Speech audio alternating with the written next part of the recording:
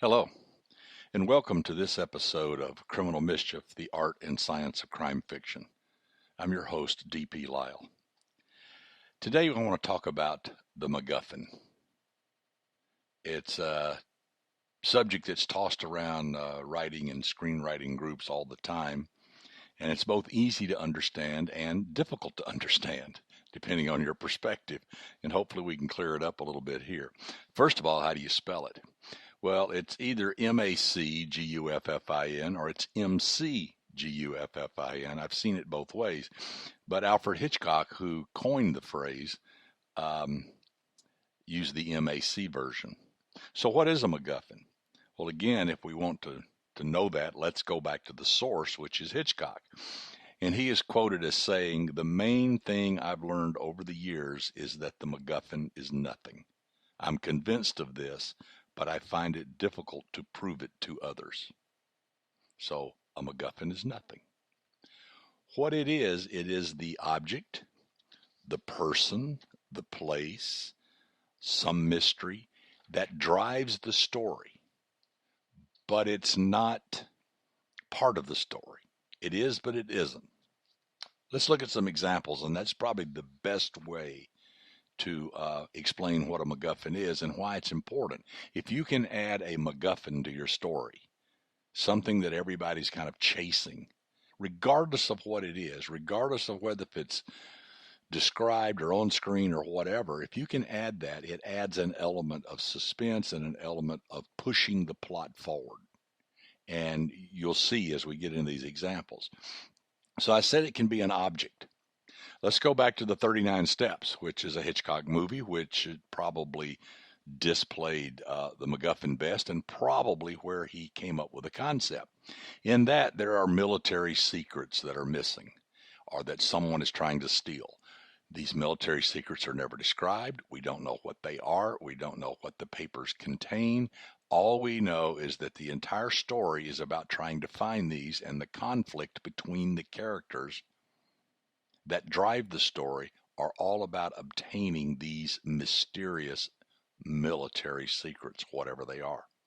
The same can be said of the Maltese Falcon, which is probably one of the most iconic MacGuffins in history.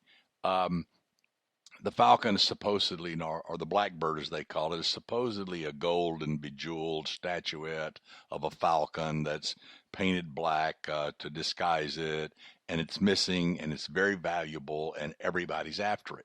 So all the things that happen to Bogart's character, Sam Spade, all the things that happen with the bad guys who are after it, the police who are after him, the murders that take place in the whole story, the entire mystery is all about trying to find this mysterious blackbird or the Maltese Falcon. And yet there is always a question as whether if it's real, whether if it exists, whether if it's actually worth anything if it is found, but it is what drives the story. In another Hitchcock movie, North by Northwest, it was the Microfilm. Cary Grant doesn't even know what the film's on the film, doesn't know what it's all about. All he knows is some bad guys are after him and he has to run. And the iconic scene of him running across the field with the crop duster chasing him and all that stuff. It's all predicated on this microfilm that nobody knows what it is, what's on it, et cetera, et cetera. Exactly the same thing can be said in the one of my favorite all-time movies, Pulp Fiction. Remember the briefcase? When they opened it up at the restaurant, it glowed. What's in there? We never know what's in there. We never know what's in there.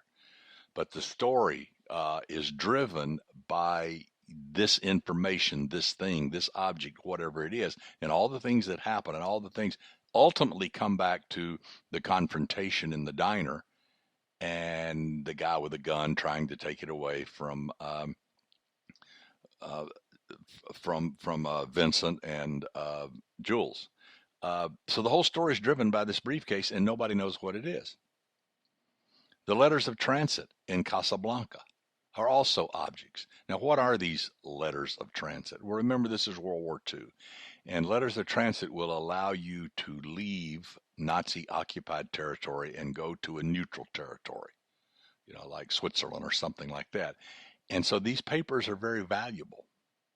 And so when when Elsa and her husband come into Rick's place, his bar in Casablanca, they're trying to get these letters of transit so they can get out of the territory, and Laszlo can go on with his anti-Nazi plans.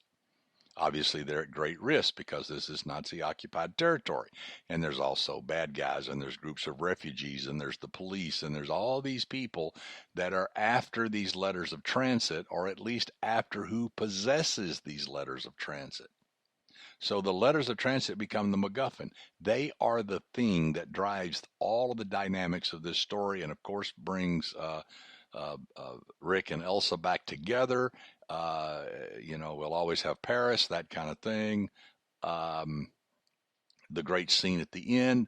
This is how Rick becomes a hero, a reluctant hero, an anti-hero. He doesn't want to be involved in this. He just wants to run his bar. But when Elsa shows up and she needs the letter of transit, he becomes involved, and the letter of transit is the focal point of the entire dynamic that spins the entire story. In The Lord of the Rings, it's the ring. Everybody's after the ring. All the hobbits are after the ring. All the bad guys, all the magicians are after the ring. Gollum's after the ring. Wars break out over the ring because it holds so much power. And so everything about that entire trilogy is about finding that ring. Are the good guys going to get it, or the bad guys going to get it? Who's going to wield the power in Middle Earth, in the realm? And it's all about the ring. So the ring becomes the MacGuffin. There's multiple other stories going on throughout this, but at the heart of all of them is the ring. Monty Python and the Holy Grail. And also, interestingly, the Da Vinci Code.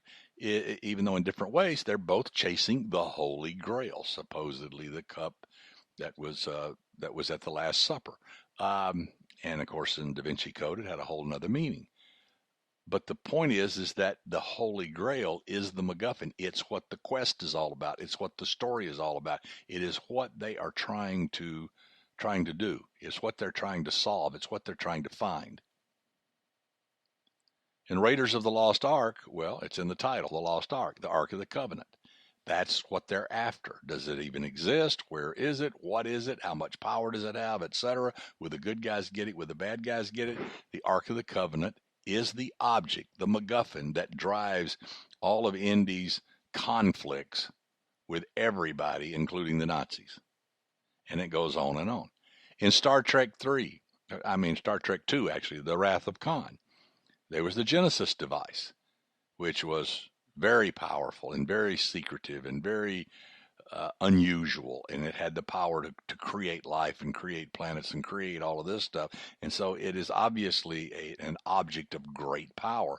And so the war between the Star Trek crew and Kirk and Khan is all about this Genesis device. So it is the MacGuffin that drives the story. Now, I also said that a MacGuffin can be a person. It can be a creature or a person, but some animate object, as it were. One example is Colonel Kurtz in Apocalypse Now. Martin Sheen's character is sent on a mission up a river during the Vietnam War, deep into Cambodia, to find Colonel Walter Kurtz, who was played by Marlon Brando. This is based on Heart of Darkness novel, and by Conrad, and it's very similar. Interesting, Kurtz was the guy he was looking for in that novel too. So the poetic license here is transparent. But it's his journey up this river, as he said, plugged straight into Kurtz, is all about finding Kurtz. Kurtz is the MacGuffin. Now, he's apparently an ex-Special Forces officer who went rogue, who is up in Cambodia, who's got these mountain yard groups of troops around him that worship him like a god, and he can do horrific things, and he does. His justification is that war is hell. that there's, what does he call it, fear and mortal fear and danger, that if you don't have it on your side, then it's your enemy, and it's the enemy you reckon with. And he's saying that, he sent these young guys over there, they're terrified all the time. That gives the enemy the upper hand because it's home court advantage. And what Kurtz's goal was, put the fear and mortal fear and danger into the hearts of the enemy. And so, but he's rogue and he's doing horrific things. And so they send a regular army officer up to kill him. And so Kurtz becomes the MacGuffin.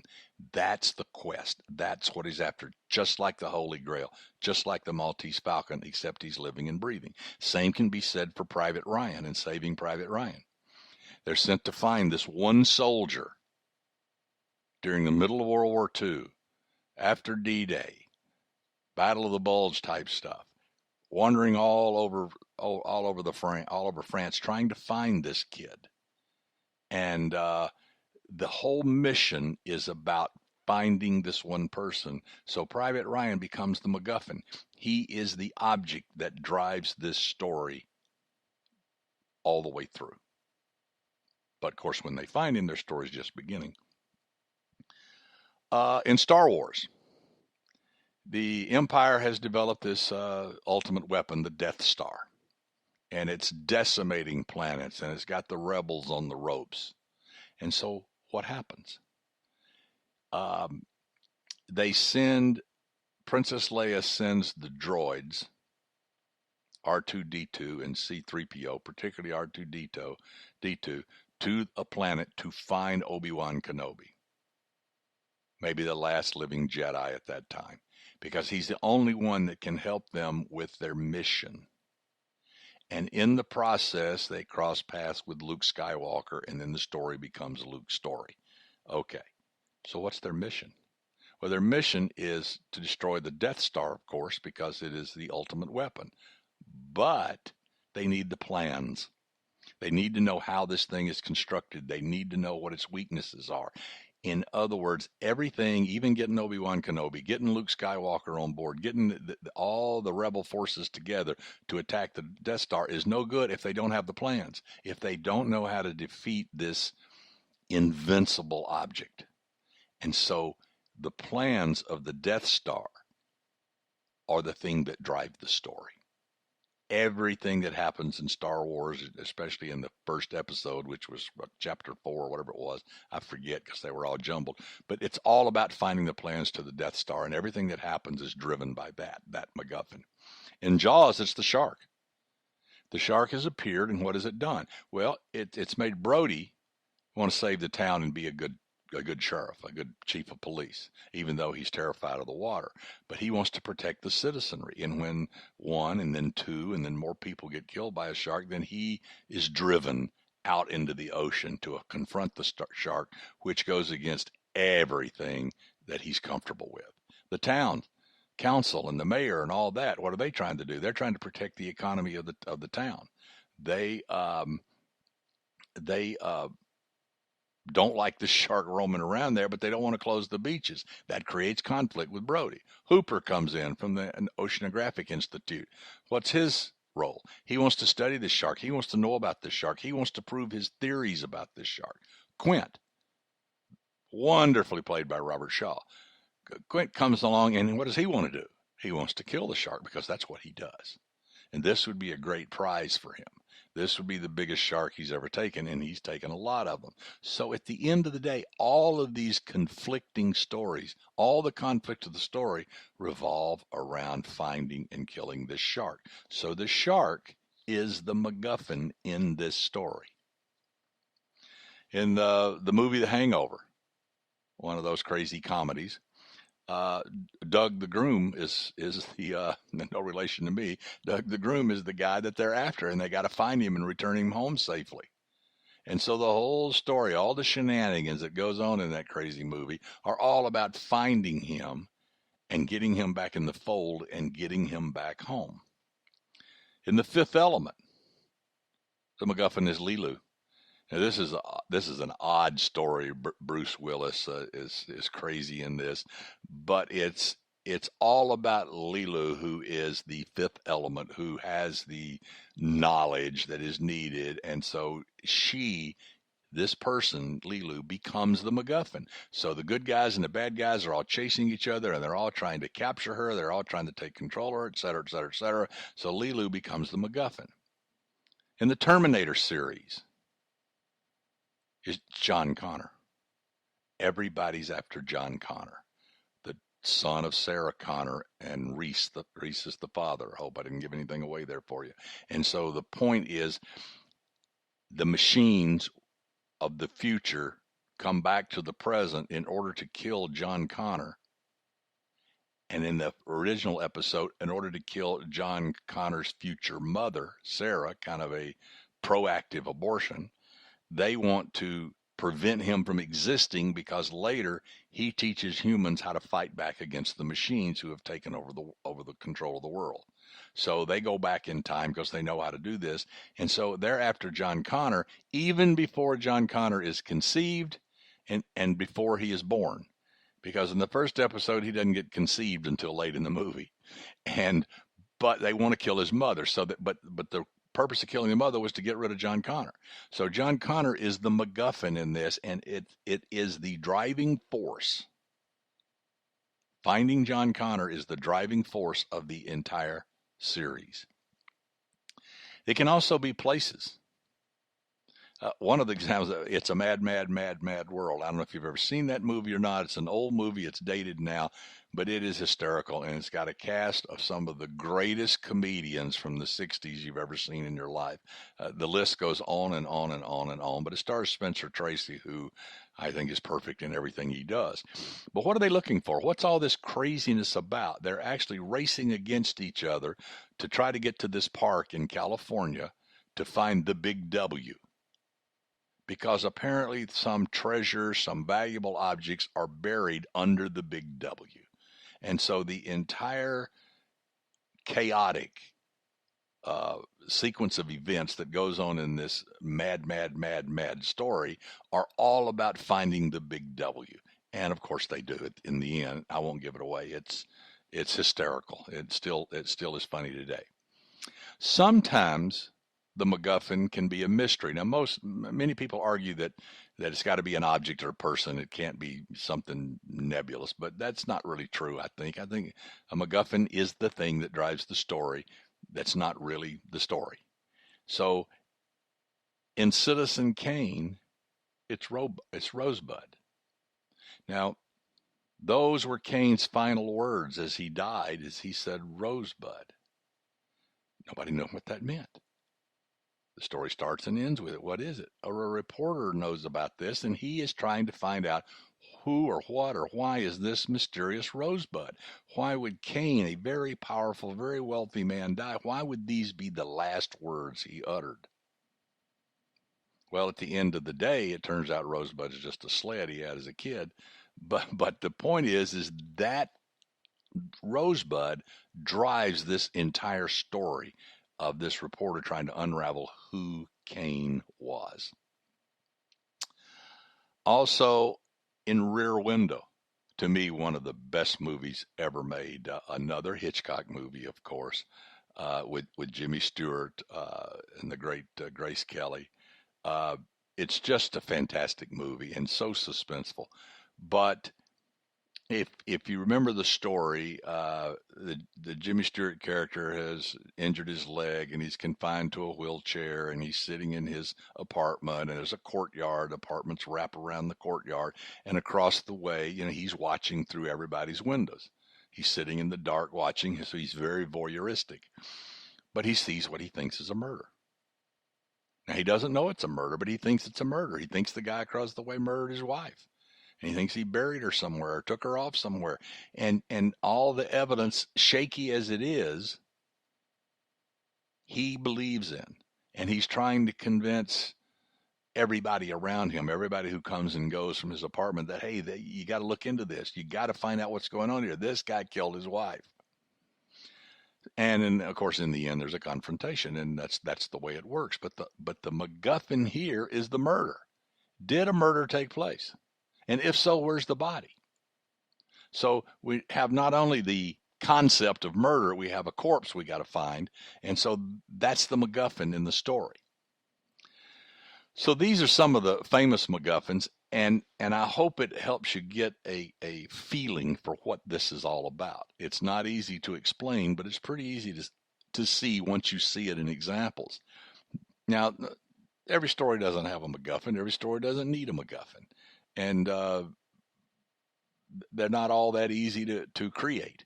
But if you can get a MacGuffin in your story, you can get an object, a person, a place, a thing, something that everybody is after, then that quest on everybody's part will drive each story forward. Remember, stories are made up of multiple stories.